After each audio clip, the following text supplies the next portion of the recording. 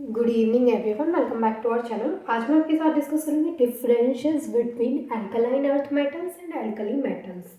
तो जो हमारा चैप्टर चल रहा था वो था एस ब्लॉक एलिमेंट्स। उसमें मैं ऑलरेडी एल्कलाइन अर्थ मेटल्स की जो प्रॉपर्टीज़ हैं, एल्कलाइन अर्थ मेटल्स क्या होती हैं और एल्कली मेटल्स क्या होती हैं, ये आपके साथ डिस्कस कर चुकी हूँ।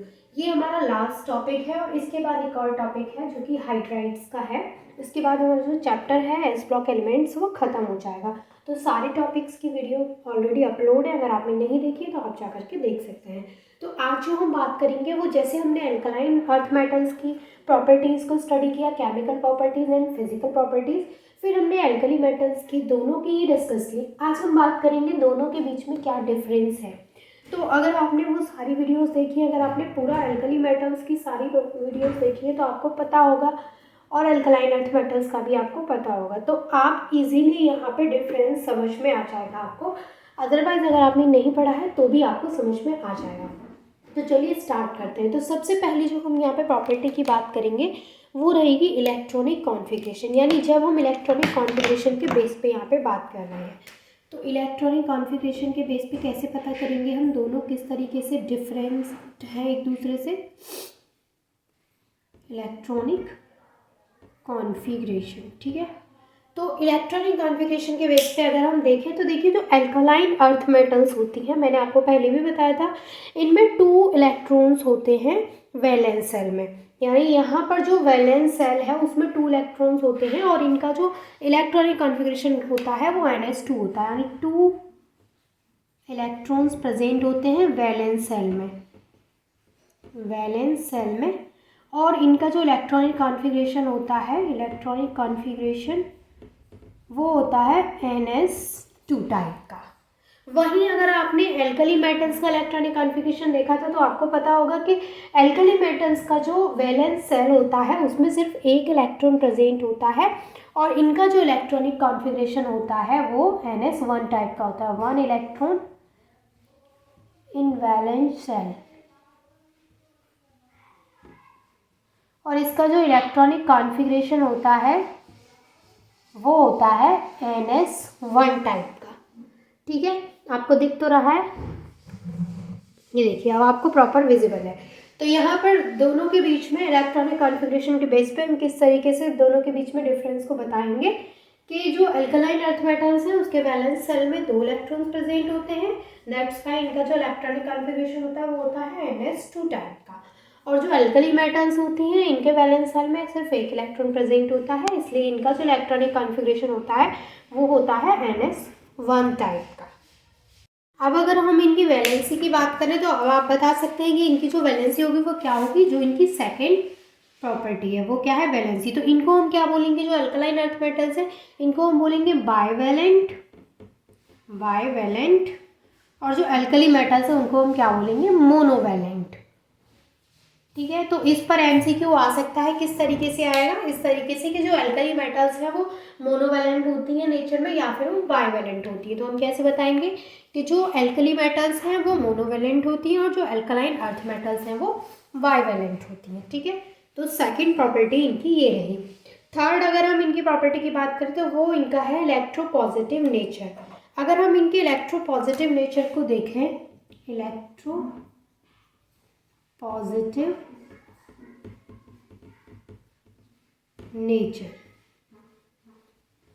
देखिए इनका जो इलेक्ट्रोपॉजिटिव नेचर है उसकी अगर हम बात करें तो जो हमारी एल्कलाइन अर्थ मेटल्स होती हैं ये लेस पॉजिटिव होती हैं और यहाँ पर जो एल्कली मेटल्स होती हैं ये मोर इलेक्ट्रोपॉजिटिव होती हैं, ठीक है। तो हम यहाँ पे बताएंगे कि जो एल्कलाइन अर्थ मेटल्स हैं ये होती हैं less electropositive, less electro positive, and ये होती हैं मोर इलेक्ट्रो पॉजिटिव, ठीक है। फोर्थ जो इनकी प्रॉपर्टी है वो हम देखेंगे कार्बोनेट्स के बेस पे, कि जो एल्कलाइन अर्थ मेटल्स है वो जो कार्बोनेट्स बनाती हैं उनके कार्बोनेट्स वाटर में इंसॉल्युबल होते हैं और डिकम्पोज हो जाते हैं हीट करने पर।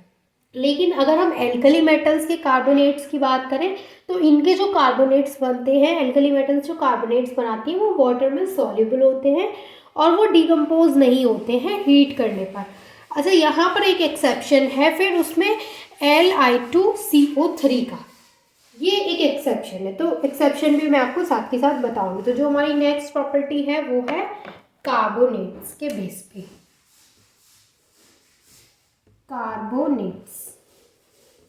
ठीक है, तो अभी मैंने आपको कार्बोनेट्स के बारे में क्या बताया था कि जो अल्कलाइन अर्थ मेटल्स हैं इनके जो कार्बोनेट्स हैं वो इनसॉल्युबल होते हैं, insoluble in water. Alkaline earth metals के कार्बोनेट वाटर में इनसॉल्युबल होते हैं और डिकम्पोज हो जाते हैं, डिकम्पोज ऑन हीटिंग, हीट करने पर ये क्या हो जाते हैं, डिकम्पोज हो जाते हैं। जबकि जो अल्कली मेटल्स के कार्बोनेट होते हैं ये क्या होते हैं, सॉल्युबल इन वाटर, ये वाटर में सॉल्युबल है, soluble in water and do not decompose on heating. लेकिन यहाँ पर एक एक्सेप्शन है, एक्सेप्शन मैं यहाँ पे लिख देती हूँ। एक्सेप्शन क्या है, Li2CO3, ये जो कार्बोनेट है यहाँ पर वो एक्सेप्शन है। ठीक है, देखिए ये इतनी प्रॉपर्टीज आप स्क्रीनशॉट ले सकते हैं, आप इनको नोट कर लीजिए, फिर मैं यहाँ से इनको इरेज करके बाकी की प्रॉपर्टीज आपको बताती हूँ। तो अब आप इसका स्क्रीनशॉट ले सकते हैं। यहाँ तक मैंने आपके साथ 4 प्रॉपर्टीज की डिस्कस की हैं, और जो एक्सेप्शन है वो अक्सर एक्सेप्शन जो होते हैं वो एमसीक्यू में ज़रूर पूछे जाते हैं। ठीक है, तो चलिए हम आगे की प्रॉपर्टीज़ की बात करते हैं। अब हम बात करते हैं इसकी 5th प्रॉपर्टी की। तो 5th प्रॉपर्टी की अगर हम बात करें तो वहाँ पे हम देखते हैं action of hydrogen, action of nitrogen. हम जब यहाँ पे देखेंगे तो क्या होगा कि देखिए जो हमारी अल्कलाइन अर्थ मेटल्स होती हैं वो नाइट्रोजन के साथ में डायरेक्टली कंबाइन हो जाती हैं और नाइट्राइड्स का फॉर्मेशन करती हैं। लेकिन वहीं अगर हम एल्कली मेटल्स की बात करेंगे तो ये डायरेक्टली नाइट्रोजन के साथ में कंबाइन नहीं होती हैं। ठीक है, तो ये यहाँ पे नाइट्राइड्स डायरेक्टली तो नहीं बनाती हैं, तो ये इन दोनों के बीच में एक खास डिफरेंस हो गया।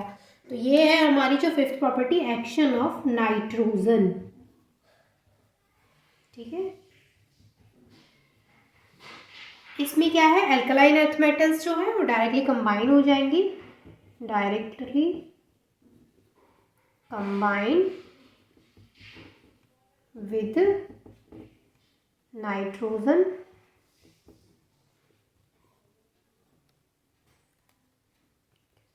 And form nitrides. और जो एल्कली मेटल्स हैं ये do not directly combine with nitrogen.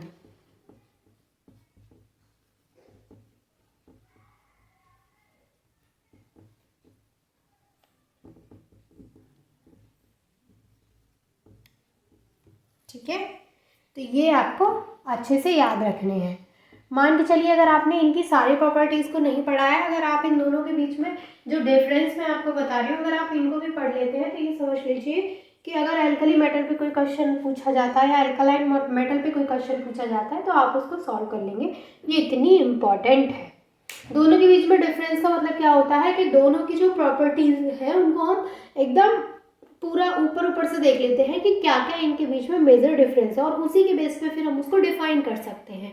ठीक है ना, तो ये हो गई हमारी 5th प्रॉपर्टी। 6th प्रॉपर्टी की अगर हम बात करें तो उसमें हम देखेंगे एक्शन विद कार्बन, यानी अगर हम यहाँ पे कार्बन का एक्शन देखें तो उसमें हम देखते हैं कि जो हमारी अल्कलाइन अर्थ मेटल्स हैं ये डायरेक्टली कंबाइन हो जाती है कार्बन के साथ और कार्बाइड्स का फॉर्मेशन करती हैं। लेकिन जो अल्कली मेटल्स हैं वो कार्बन के साथ कंबाइन नहीं होती है डायरेक्टली। ठीक है, तो यही सेम है यहाँ पर भी, जो नाइट्रोजन के केस में है वही यहाँ पे कार्बन के केस में है, एक्शन ऑफ कार्बन। ठीक है, यहाँ पे हम कार्बन के एक्शन की बात कर रहे हैं। तो डायरेक्टली कंबाइन विद कार्बन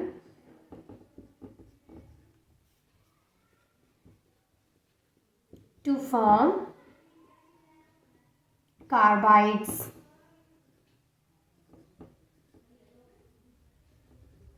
यहाँ पे ये कार्बाइड्स का फॉर्मेशन करेंगे, लेकिन ये डू नॉट डायरेक्टली कंबाइन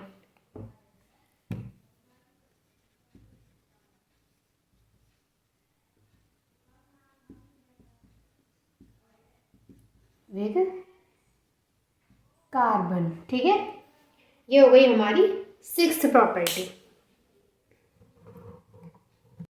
अब हम बात करते हैं यहाँ पर 6th प्रॉपर्टी की। 6th प्रॉपर्टी जो है वो है नाइट्रेट्स के बेस पे।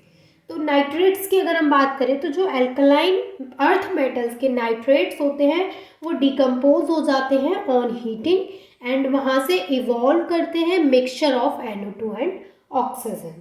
लेकिन अगर हम बात करें एल्कली मेटल्स की तो इनके जो नाइट्रेट्स होते हैं वो डिकम्पोज हो जाते हैं ऑन हीटिंग, लेकिन वो इवॉल्व करते हैं ओनली ऑक्सीजन।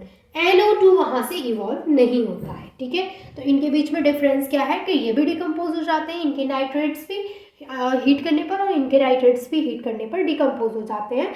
बट ये डिकम्पोज होने पर NO2 एंड ऑक्सीजन को इवॉल्व करते हैं, बट ये ओनली ऑक्सीजन को करते हैं। समझ में आया दोनों के बीच में क्या डिफरेंस है? तो ये है हमारी 7th property. Nitrates decompose on heating, evolving mixture of NO2 and oxygen. ये तो है हमारा एल्कलाइन अर्थ मेटल्स का। यहाँ पर क्या है, ये डिकम्पोज हो जाएंगे, decompose on heating, same evolving oxygen।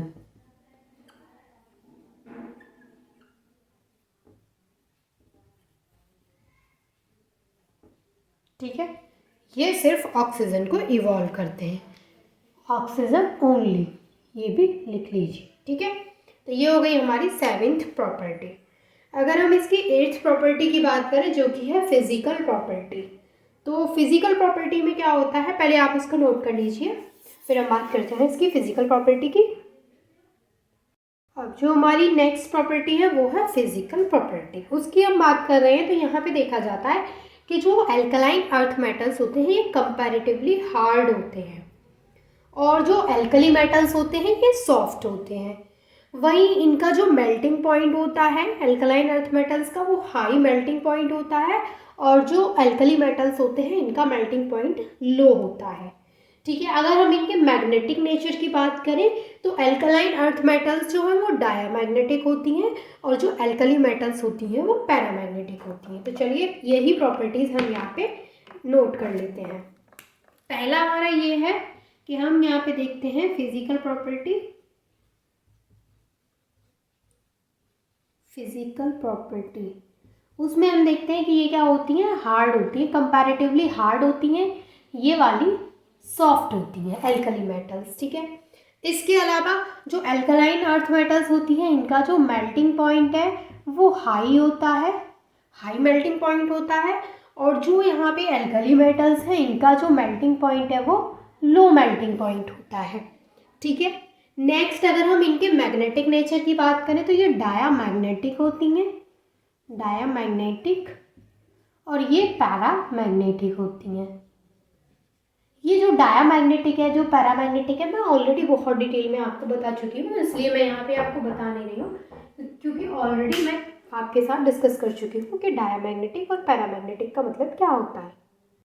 तो यही थी हमारी सारी प्रॉपर्टीज़, यानी कि difference between alkaline earth metals and alkali metals. I hope कि ये डिफरेंस आपको अच्छे से क्लियर हो गया होगा। अगर कोई भी डाउट है तो वो आप मुझसे कमेंट करके पूछ सकते हैं, और इनके जो इम्पॉर्टेंट क्वेश्चंस होंगे उन पर मैं वीडियो अपलोड कर दूँगी जिससे कि आपको एग्ज़ाम में थोड़ा हेल्प मिल जाए। और मैं ऑलरेडी सारे टॉपिक्स को आप पे कवर करा चुकी हूँ और जो भी रह गए हैं उनको भी कवर जल्दी करा ही दूँगी। And thank you so much for watching this video.